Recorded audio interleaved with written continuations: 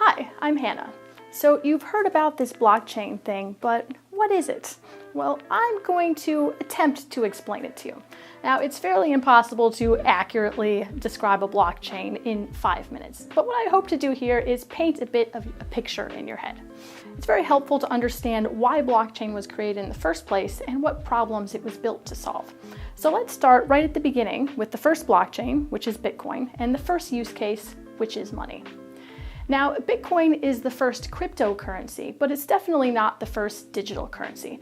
There have been many digital currency experiments from as early as the late 80s. But what all of these various different projects had in common was centralization.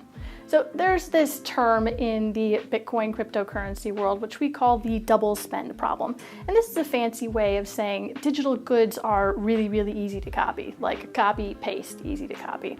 This is a problem with a digital currency. If I have a digital coin or a digital token and I can make copies of it, well, I can take that coin and I can send it to Alice, and then straight away I can send it to Bob and Charlie, etc. You can quite quickly see how this is a deal breaker for a digital currency. So all of these early digital currency projects, they had a solution for this, and that was a central authority. There was one authority or one server that did the work of verifying those transactions, of saying, sorry, Hannah, you already sent that coin to Alice, you can no longer send it to Bob. Well, that's fine, but Satoshi Nakamoto, the creator of Bitcoin, whoever he, she, or they were, we don't know, but Satoshi wanted a digital cash system without the central authority. So how do you do that? Well, Satoshi had this idea that instead of one central authority verifying all these transactions, all of us would. The entire network would verify these transactions. And well, that sounds great, but how the heck do you coordinate all that information with all these different people who don't know and don't trust each other? This is the magic of Bitcoin.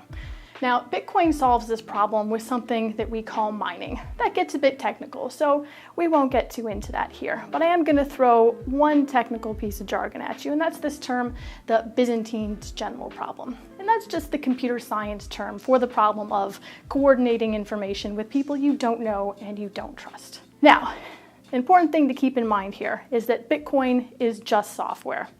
This isn't a company, there's no Bitcoin corporation, there's no Bitcoin CEO. So what I'm going to describe here, it's very important to remember, this is just software running on people's computer.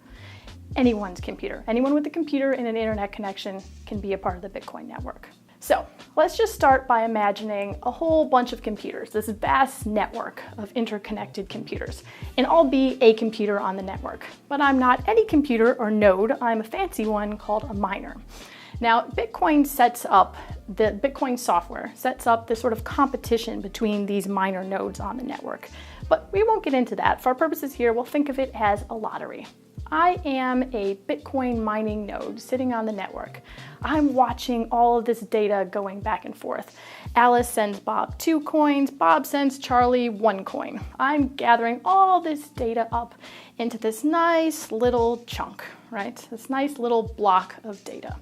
Now, I'm a very lucky miner, so I win the lottery. I get a reward, and my block of data goes and joins the official ledger on the network.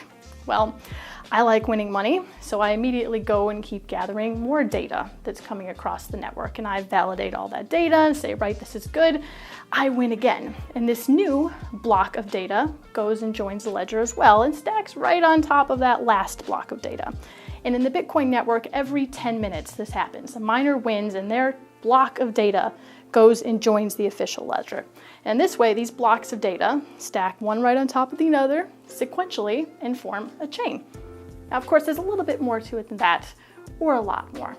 But let's think about why this matters and what you can do with it. Now, obviously, this works great for money. You can use all those different transactions and keep a track of who has what when. But it's not just about money. It's about a new way of exchanging information. So you got to ask yourself, what are the implications of a technology that changes who and how we trust? There are some people that say Bitcoin should really have been called the truth machine or the trust net, and that's an interesting argument. Bitcoin can eliminate a lot of middlemen. It can also eliminate a lot of censorship. It enables transactions that otherwise would never have occurred. Bitcoin is immutable, which is a fancy way of saying uneditable. It creates a global database or ledger that no one has admin rights to. Now, this has the potential to impact a lot of industries, from financial services to accounting or supply chain solutions, and certainly e-commerce. So now you've made it all the way to the end of the video, and I hope you have a little bit of an idea of what blockchain is. See you next time.